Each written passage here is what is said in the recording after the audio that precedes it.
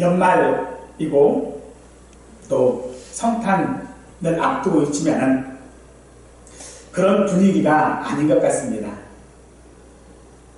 그런데 어쨌든 예수님만이 이런 어려운 가운데에 우리의 소망인 것은 분명합니다. 그래서 우리는 많은 사람들에게 우리가 예수 그리스도를 믿어야 할 이유에 대하여서 우리는 말할 수 있어야 할 것입니다. 그런데 누군가가 물었습니다. 왜 예수님을 믿어야 합니까? 왜 그 많은 종교들 가운데 왜 내가 예수를 믿어야 합니까? 라고 묻습니다. 사람들은 그것에 대하여 답을 할 때에 죽음의 문제, 사회의 문제, 혹은 윤리나 도덕적으로 우리가 올바른 삶을 살기 위하여 예수 믿는 것이 필요하다라고 생각한다고 말합니다. 하지만 종교라고 하는 것이 자신의 이익과 안전 그리고 도리라고 하는 것들을 따라서 종교를 갖게 되어지는 것이 보통 사람들의 모습이겠지요.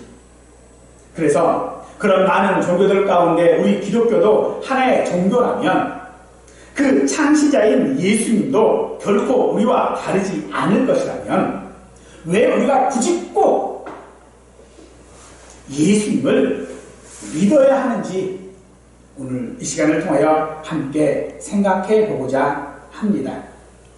성탄절입니다. 많은 사람들은 이날을 크리스마스라고 이야기를 하지요.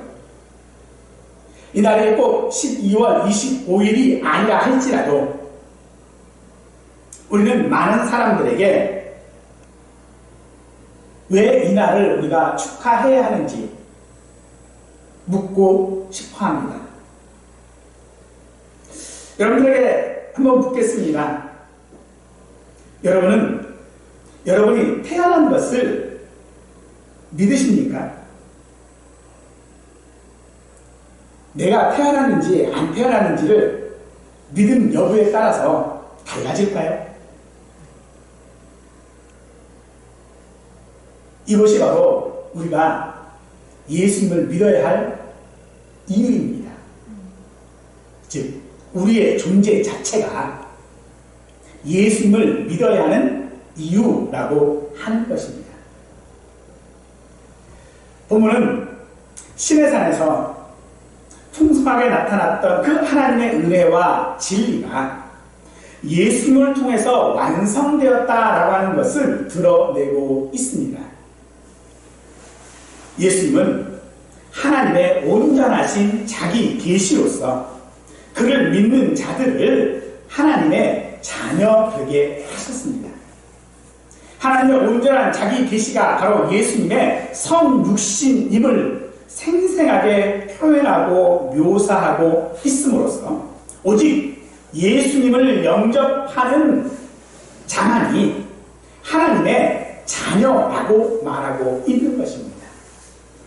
하나님의 자녀가 되는 방법은요, 예수님을 영접하는 방법 외에 다른 방법이 없다라고 말합니다. 여기서 알다의 의미는 존재에 대한 지식적인 인식을 말하는 것이 아니고 관계적 개념입니다.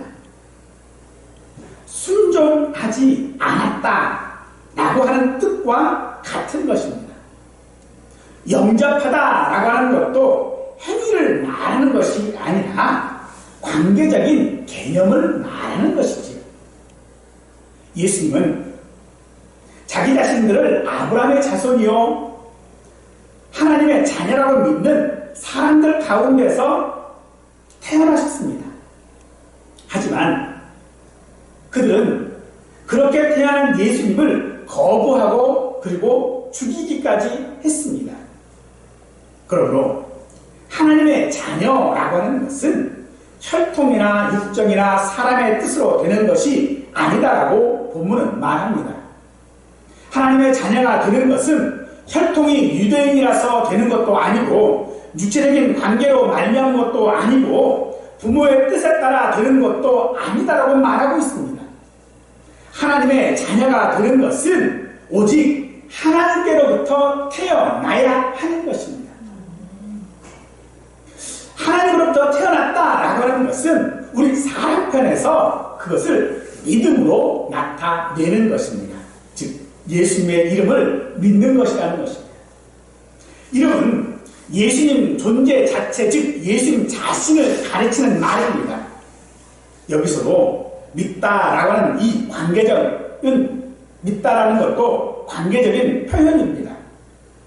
존재적인 인식이나 지적인 동의를 넘어 관계적인 친밀함과 순종을 포함하는 말이 믿다라고 하는 말이라는 것입니다.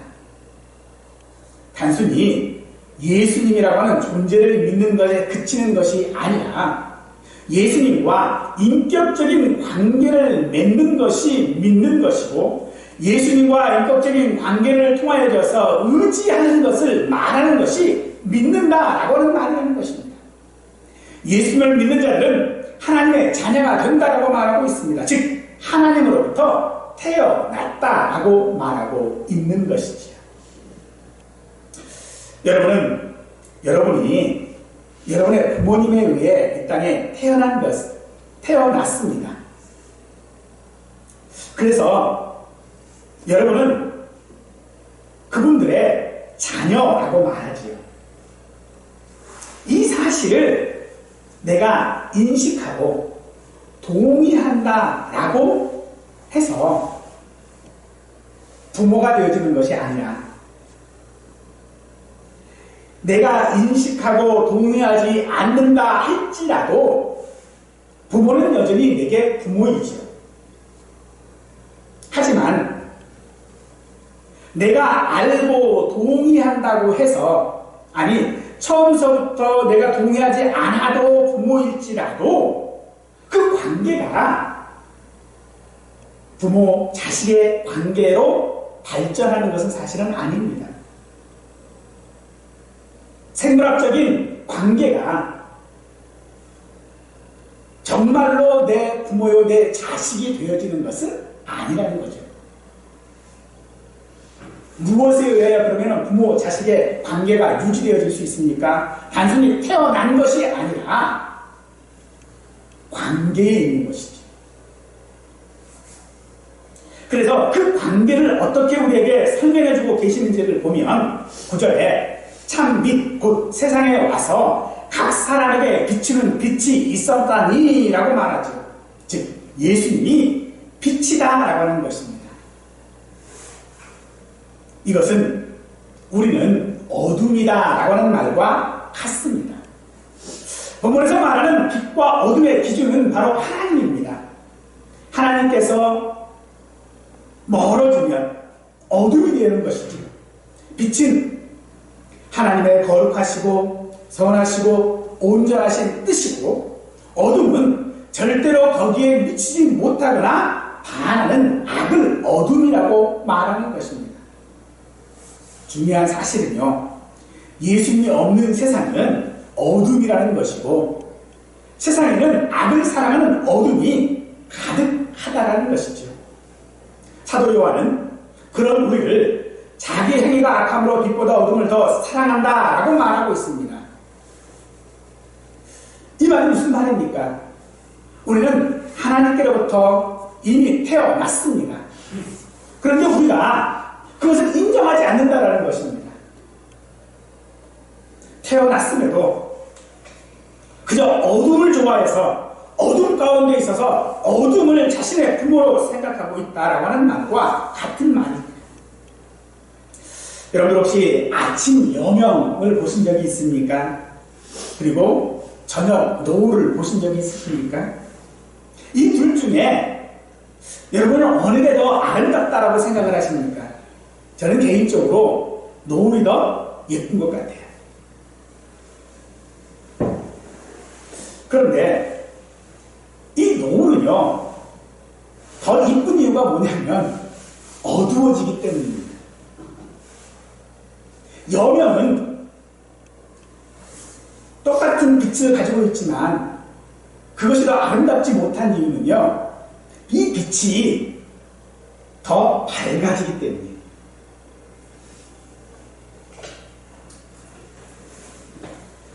올 한 해 우리는 눈에 보이지 않는 코로나19로 인해서 우리나라뿐만 아니라 전 세계가 두려움과 공포에 사로잡혀 있었습니다.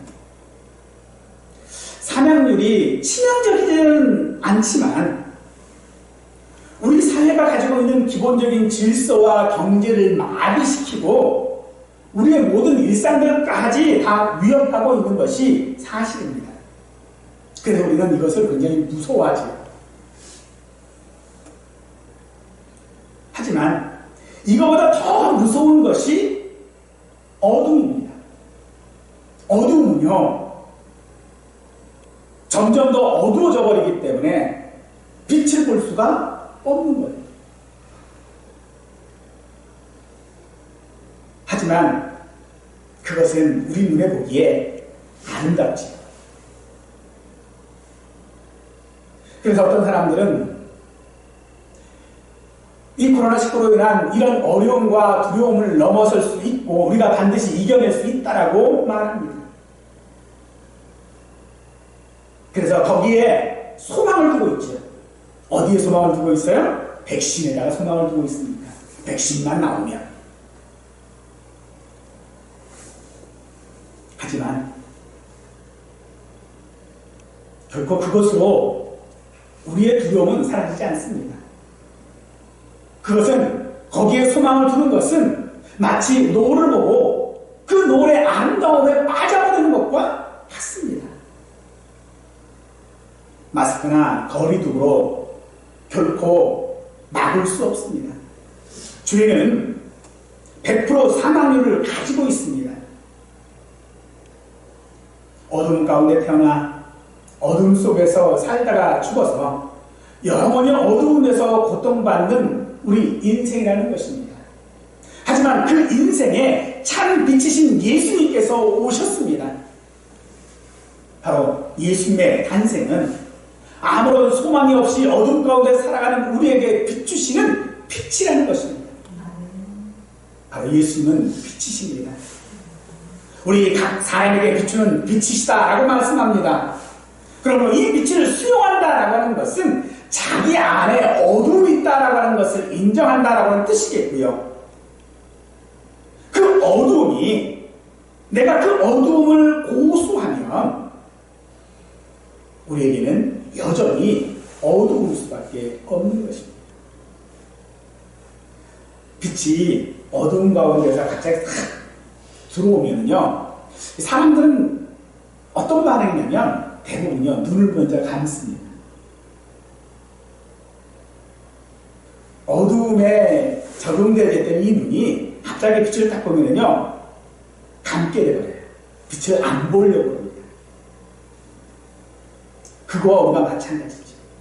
하지만 분명한 것은 예수님의 이 탄생은 천사가 목자들에게 했던 말씀처럼, 보라, 내가 온 백성에게 미칠 큰 기쁨의 좋은 소식을 너희에게 전하노라 하고 했던 이 말씀처럼 각 사람들에게 비춰주시는 좋은 것입니다.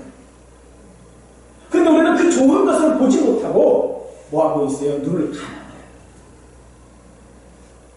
그래서 마치 수령처럼 그 빛을 보지 않습니다. 그리고 빛이 없다라고 말하고 있는 우리의 모습들을 이 시간도 우리가 발견해 보기를 원합니다.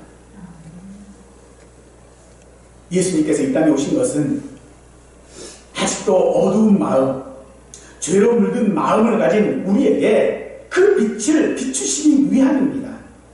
그래서 우리의 죄와 허물을 드러내시고 우리의 눈을 뜨게 하심으로 말미암아 그 빛을 보게 하시기 위함입니다. 하지만 우리는 눈을 감고 있죠. 그래서 주님은 그런 우리를 포기하지 아니하시고 우리의 눈을 뜨게 하십니다. 그래서 우리의 어두운 마음속에 하나님의 영광을 아는 빛을 비추게 하실 것입니다. 사랑하는 성도 여러분, 그 빛으로 나오시기 바랍니다. 우리를 비춰주시는 그 빛 가운데로 나오셔야 합니다. 10절 말씀을 보니 세상이 그를 알지 못하였고 라고 말하고 있고요. 11절은 영접하지 아니하였다 라고 말하고 있습니다. 캄캄한 방에 불을 밝히면 밝은 빛이 어둠을 단번에 몰아낼 것입니다.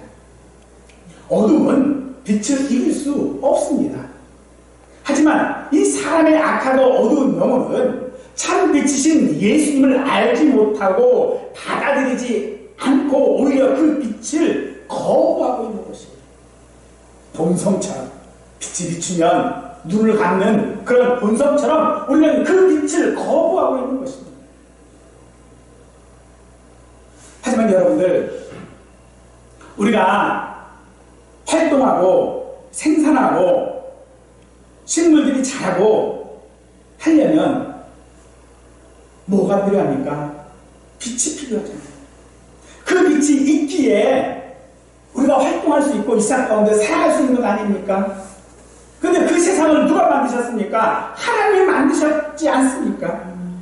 그럼 우리가 이 세상에 살아갈 수 있는 것은 하나님께서 세상을 만드셨기 때문입니다. 피조물 중에 하나님의 형상으로 창조된 것이 바로 사람입니다. 그러나 우리는 그것을 알지 못합니다. 이것이 우리의 문제입니다. 코로나19의 무증상자들이 자신이 감염되었음을 모르는 것과 같은 것입니다. 이미 우리는 하나님께로부터 창조되었고 하나님으로부터 태어났음에도 불구하고 몰라요. 로마서 1장 21절은 오히려 그 생각이 허망하여 미련한 마음이 어두워졌다라고 말하고 있습니다. 우리가 하나님께로부터 태어났고 하나님께서 우리를 창조하셨음에도 불구하고 우리는 늘 우리의 생각은 허망하고 미련하여져서 그걸 깨닫지 못한다는 것입니다. 눈을 감고 안 보인다라고 말하는 겁니다. 알지 못하고 영접하지 아니하는 것은 온통 헛된 것들을 듣고 있을 뿐만 아니라 우리 사람이 악하기 때문입니다. 12절 보니 그런 우리에게 주님은 소망의 말씀을 주십니다. 영접하는 자, 곧 그 이름을 믿는 자들에게는 하나님의 자녀가 되는 권세를 주셨다라고 말합니다. 빛으로 오신 예수님에 대해 마땅한 우리의 태도가 무엇인지를 말하고 있는 것입니다. 미워하고 거부하고 밀어내고 부정하는 태도가 아니라 영접하는 것이 당연한 것이다 라고 말하고 있지만 우리는 그렇게 하고 있지 않습니다. 그런 우리를 자녀로 삼아 주심으로써 우리의 그런 부정에도 아무런 영향이 없이 주님은 우리에게 빛으로 오고 계시다라고 말하는 것입니다. 빛이 비치면 내가 눈을 감아도 내가 보지 않는다고 해서 그 빛이 사라지는 것은 아니지요. 우리가 아무리 나는 하나님의 자녀가 아니다, 나는 예수 믿지 않겠다라고 부정한다 할지라도 하나님께서 택하시고 하나님께로부터 난 자들은 그 빛을 거부할 수 없게 되어지는 것이죠.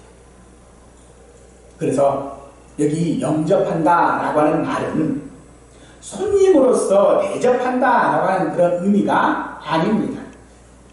빛으로 오신 예수님은 우리 인생에 손님으로 오신 것이 아닙니다. 예수님은 우리의 주인으로 오신 분이십니다. 그래서 영접한다라는 것이 바로 그런 뜻입니다. 하나님의 그 창조의 뜻을 따라 살아가겠다라고 하는 것이 영접하는 것이고 내 자신의 주권이 아닌 하나님의 은혜로 여기는 것이 바로 영접한다라는 것입니다. 그래서 영접한다라고 하는 것은 그것이 무엇을 의미하는지 분명히 말씀하고 있지요. 바로 그 이름을 믿는 자, 바로 그 사람이 영접하는 자입니다. 무엇을 인식한다라고 하는 것은 우리에게 참 자연스러운 것일 것입니다. 하지만 우리는 하나님을 인식하고 있는 것은 결코 우리에게 자연스럽지 않습니다. 그러므로 우리가 그 이름을 믿는다라고 말하는 것은요, 그 관계를 지속하겠다라고 하는 말입니다. 이는 신뢰한다라고 하는 것과 같은 말이고, 하지만 우리 사람은 그 본성적으로 하나님에 대한 인식을 가지고 있지 못하기 때문에 스스로 그 관계를 지속할 수가 없습니다. 우리는 그것을 바로 죄라고도 이야기합니다. 그 관계를 지속하지 못하는 것, 하나님을 잊어버리는 것 때문인 것입니다. 하지만 우리는 내가 자연적으로 하나님께 태어났다면, 하나님께서 나를 만드셨다면 내가 하나님의 자녀인 것이다 라고 말할 수도 있을 것입니다. 이스라엘 사람들이 그런 주장을 했었지요. 하지만 13절은 우리에게 말합니다. 이는 혈통으로나 육정으로나 사람의 뜻으로 나지 아니하고 오직 하나님께로부터 난 자들이라고 말하고 있습니다. 예수님께서 어떻게 우리에게 빛을 비추셨는지를 말하고 있는 것이지요. 친자 관계는 오직 출생을 통해서만 성립되어집니다. 출생과 무관하게 성립되어지는 법적인 자녀는 친자가 아니라 양자라고 우리가 말하죠. 그런데 오늘 사도 요한은 우리 성도가 그리스도 안에서 하나님의 친자라고 말하고 있는 것입니다. 예수님을 자신의 인생 속에 받아들이는 순간부터 자연적으로 태어난 옛 사람은 죽고 이제 그리스도 안에서 새 사람이 되었다라고 말하고 있는 것이죠. 근데 이것을 우리는 믿기가 어렵습니다. 한 율법 선생의 말처럼 내가 늙었는데 어떻게 부모의 태에 다시 들어갔다가 나올 수 있느냐라고 말하는 것과 같은 것입니다. 사람의 탄생, 예수님의 탄생은 우리 사람으로서는요, 믿을 수 없는 사건입니다. 그래서 사도 요한은 이 사건을 논리나 이성적으로 설명하고 있는 것이 아닙니다. 단지 빛으로 각 사람에게 오셨다라고 말하고 있어서 그 사실을 인식하고 믿는 자가 하나님의 자녀로 태어난다라고 말하고 있는 것이죠. 예수님의 탄생을 영접하는 자, 그 이름을 믿는 자의 탄생과 동일시하고 있는 것입니다. 코로나 바이러스가 오랜 시간 인류를 괴롭히고 끊이지 않는 탄식과 신음과 더불어 우리 사람들은 백신에 대한 갈망이 굉장히 큽니다. 마치 인류의 미래가 이 백신에 달린 것처럼 말하고 있습니다. 흑암 중에 있는 이 고통 가운데 있는 이 세상 가운데 한 줄기 유일한 빛은 백신이라고 말하고 있습니다. 하지만요, 이 코로나 백신으로 질병은 잡을 수 있을지라도 우리는 또 다른 질병과 바이러스, 그리고 자연재해, 인재, 이런 것들과 끊임없이 싸워야 할 것입니다. 죄는 만물을 더럽히고 질병과 죽음 등 끔찍한 일들을 가져왔고 인류 전체에 퍼져 온갖 죄악들을 퍼뜨리고 있습니다. 백신이 우리에게 빛이 아닙니다. 그러나 그런 어둠 가운데 있는 우리에게, 절망 가운데 있는 우리에게, 두려움 가운데 있는 우리에게 예수님께서 이 시간 각 사람의 마음의 빛으로 오셨습니다. 어둠의 새벽 여명처럼 빛으로 오셨습니다. 우리는 그 예수님이 우리의 소망이 되어지는 것입니다. 누가복음 2장 14절의 말씀입니다. 지극히 높은 곳에서는 하나님께 영광이요, 땅에서는 사람이 기뻐하신 사람들 중에 평화로다. 예수님께서 태어나셨습니다. 예수님의 태어나심이 하나님께 영광이 되어지는 이유는 그 예수님 안에 하나님의 사랑이 충만하기 때문이겠죠. 또한 예수님의 탄생이 그 기뻐하심을 입은 사람들 중에 평화인 것은 본질상 어둠이요, 본질상 진노의 자녀인 우리가 하나님의 자녀로 태어나기 때문일 것입니다. 새해를 시작하면서 우리 각자에게는 소망이 있었습니다. 그러나 이 작은 바이러스로 인하여져서 우리는 1년 동안 소망이 무엇인지도 잊어버리고 살았습니다. 그런 우리에게 예수님의 탄생은 하나님의 선물일 것입니다. 예수님의 탄생은 인류의 모든 문제를 단번에 해결하시는 하나님의 은혜입니다. 설교를 시작하면서 왜 예수님을 믿어야 하는지를 누군가가 다시 묻는다면 여러분은 이제 무엇이라고 대답하시겠습니까? 이런 이유, 저런 이유가 있는 것이 아닙니다. 다른 답이 있는 것이 아닙니다. 여러분, 자녀가 자녀인 이유를 묻는 것과 다를 바가 없는 것입니다. 왜 예수를 믿어야 하느냐라고 하는 이 질문은요, 자식이 부모에게 와서 내가 왜 당신 자녀입니까? 라고 묻는 것과 다를 바가 없다는 겁니다.